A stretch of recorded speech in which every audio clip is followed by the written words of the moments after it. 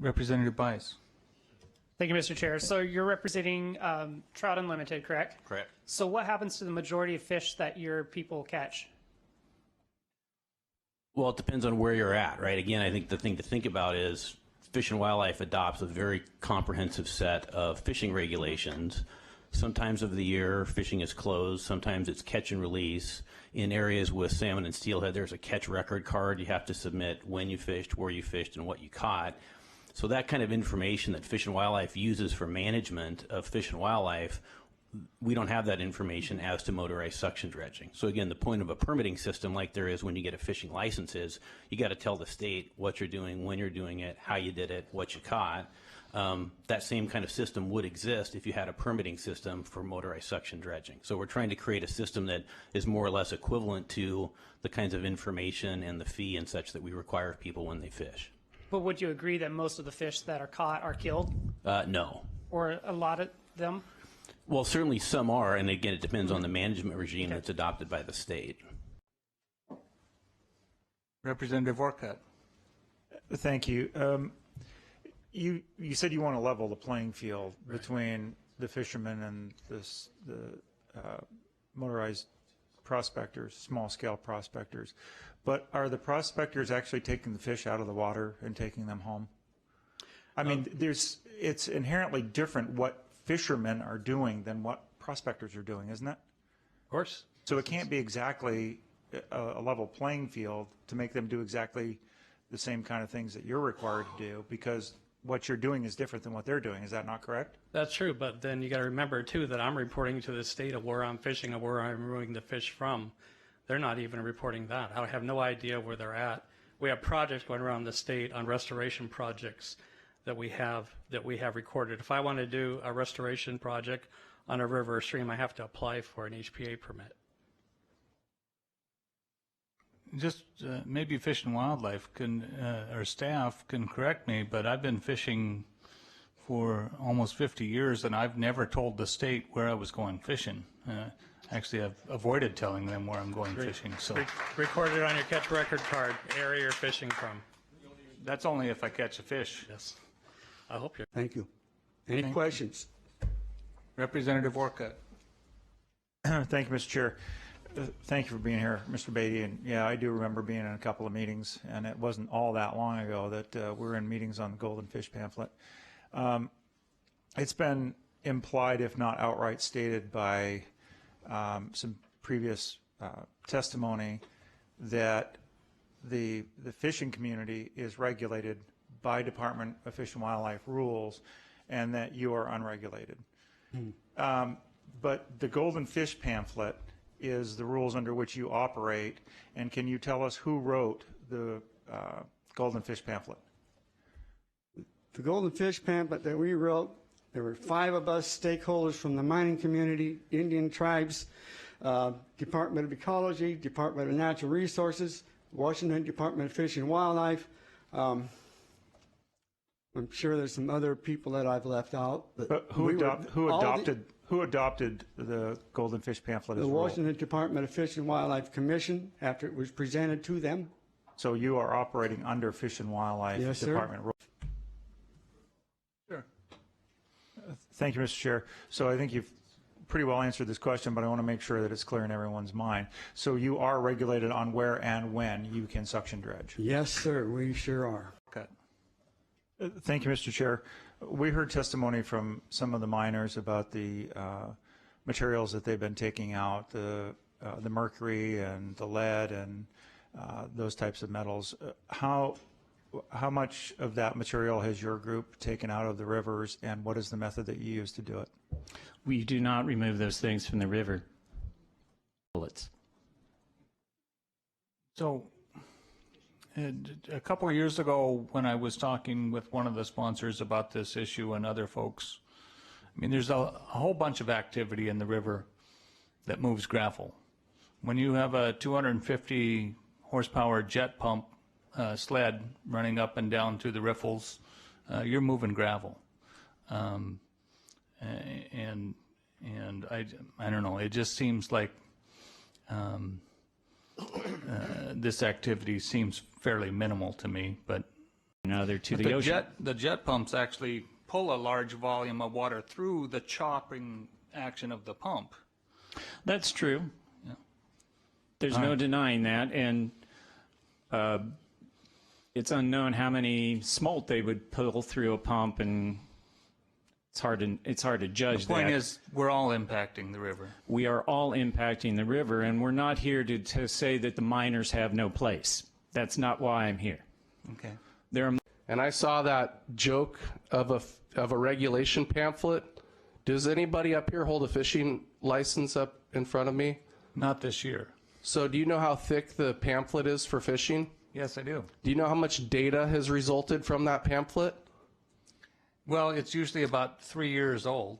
The department could bury this room in data because of that fishing, because of those fishing regulations, and from carefully monitoring the impacts. I'm not saying that we get it right, but we have information to make decisions.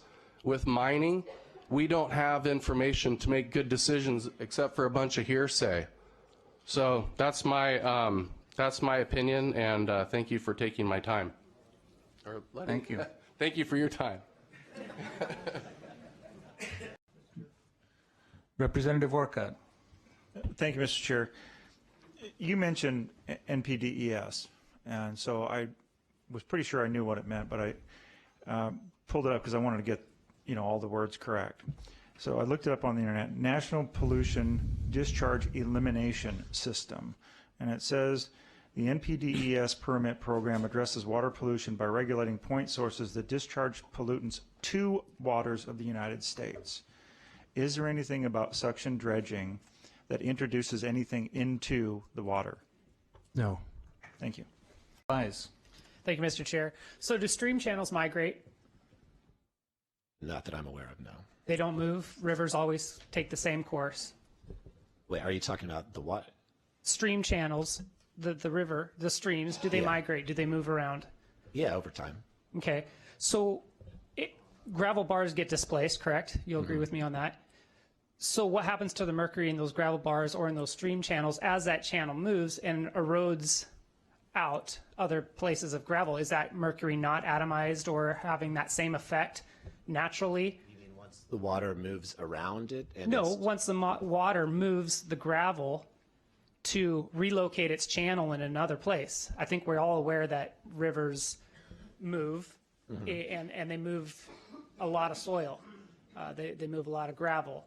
So would that not have the same impact of moving that mercury that's in the gravel as that stream meanders and as it changes its course, maybe eroding through an existing gravel bar on this side of the bank and then displacing it over on this side? Would it not also disturb mercury? Yeah, well, I mean, natural events do disturb mercury as well. Absolutely. We have no control over those events. Right. But would those not be more prevalent than and more destructive forces than what we're seeing or talking about here with these mercury or with these mining operations? I mean, the mining operations obviously act at a point, and there's multiple mining operations that occur over time, and a storm can, of course, displace much more in terms of geographic location. But storms generally, unless you're talking about like a 100-year storm here, you're talking about it dredging up maybe inches of sediment. And suction dredge miners can move multiple cubic feet in a day. And so what I'm worried about is the area of sediment where these very dense heavy metals tend to settle out in is the area where the bedrock meets the sediment, and those reaches are not very often disturbed during storm events, as far as I'm aware. So in a follow-up then, during a storm event, do most streams and creeks remain clear? No, sediment is absolutely dredged up. Right. So there's a high turbidity event, then that happens every time there's a rain event, correct? Yeah. Thank you. In communication with Ecology yesterday, they said that they estimated each individual NPDES permit would be about $4,600 under this bill. So, I'm not sure what the basis of that is. I've worked quite a lot. I'm on the NPDES fee task force. I'm quite familiar with the fee structure we have in this state. If this was run as a general permit, I really would have to question that number. I mean, we'd have That to was see Ecology's communication with me. Yeah, and so I'd be willing to talk more about that. $4,600 seems like that would be a ban. And you know, beyond. we can talk more about the fee. I'm less concerned about the fees. I'm more concerned about making sure we have clean water and that we're managing properly. And the fees have been adjusted, you know, by the legislature. I think we have a $50 fee for CAFOs, as I recall. So, you know, we could have some discussion around the fees. The important thing is that we're managing properly to protect clean water. So that's a discussion I'm willing to have if you'd be willing to move the bill forward. And you agree with the line of questioning that Representative Baez had, that during these large storm events that where the channel is migrating, that the mercury is resuspended repeatedly? Yes, but as I indicated, we have studies that show that this mining activity creates 2 to 3 times the amount of sediment in the water column as natural background. So, I mean, frequently on the coast where I live, during these big freshets, we call them, I mean, my rivers are what we refer to as puking whole trees in mud. The NTUs are probably over 50,000 units or so. I mean, it's, I don't know, the comparison between going from 30 NTUs to 50 NTUs or 60 NTUs is in a very limited spot on the river seems.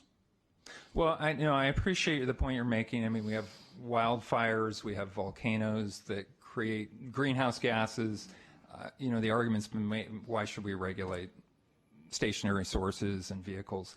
You know, we can manage human activities to reduce the impacts. As you've already heard, there are a variety of problems that salmon and other species are facing in this state. We need to minimize impacts where we can. No one's saying, I don't think you've heard anyone saying, let's ban this activity. What we're saying is, let's manage it properly and make sure that we're reducing impacts. Further questions? Representative Orcutt.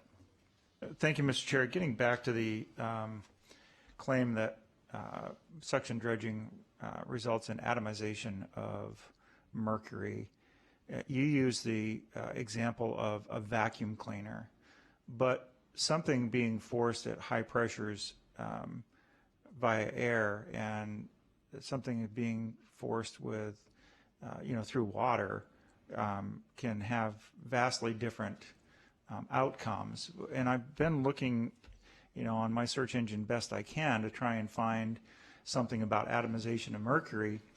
And it does come up and talk about atomization of mercury in high pressure air, but it doesn't say anything about water. And so I'm trying to figure out what your study is that shows that it atomizes the same in water when it's being pumped through a suction dredge than when it's being pumped through a vacuum cleaner. Yeah, these are discussed in the California Department of Fish and Wildlife's Environmental Impact Report. So they've looked at this, looking at atomization and particleization of mercury droplets. And I've got some written testimony here I'd like to submit as well, and those studies are cited in there. So I'll refer you to that as well. Sure. And then, Mr. Wishart, you talk about it being 2 to 3 times in the water column as a result of suction dredging as opposed to natural events. But is that throughout the stream at any given time, or is that just in that little portion where the suction dredging is being done? It's not throughout the water column. How quickly does that dissipate? Well, it varies, and I know that they've found plumes that extend, and this is, an extreme example, miles downstream. Usually it's 100, hundreds of feet, sometimes thousands of feet downstream. And I said natural background, not natural events. But I can get you that information. Oh, so you're comparing this to if there was no storm event? So you're comparing what they're doing when they're There's- suction dredging to no storm event, calm water. Yeah, I'm not suggesting that in a storm event, you might not have really extreme, as we've discussed, of course, that's true. But we're talking about really, this is fairly elevated, turbidity and sediments in the water column. It's very significant. So, And we but do during a storm event, it's going to be very elevated, and it's going to be across the stream, up and down the stream, not just in a certain spot. Right, and species have evolved with the natural environment and evolved in a manner, to account for that. A lot of those natural activities. When we add man-made activities on top of that, it does cause an impact. And we can get you that information, if you'd like to see it. Sure. So the fish are able to get through these storm events, which, by your own admission, could be as severe as what the suction dredging is doing, but it's across the entire water column, and they can get through that. But you're saying that we can't do the suction dredging because the fish might not be able to get by it? Well, the fish may not be in the stream when some of these events are occurring. There's all sorts of factors in terms of evaluating these events versus man-made events. But the main thing is that, fish have evolved to live in a natural environment with some of these factors, and they come upstream at certain times of the year. There's a whole pattern of, in terms of their life cycle, which accounts for some of these things. But when we add man-made impacts on top of that, it can cause real problems. And that's why, neighboring states are banning this activity. They found that the harm is very significant.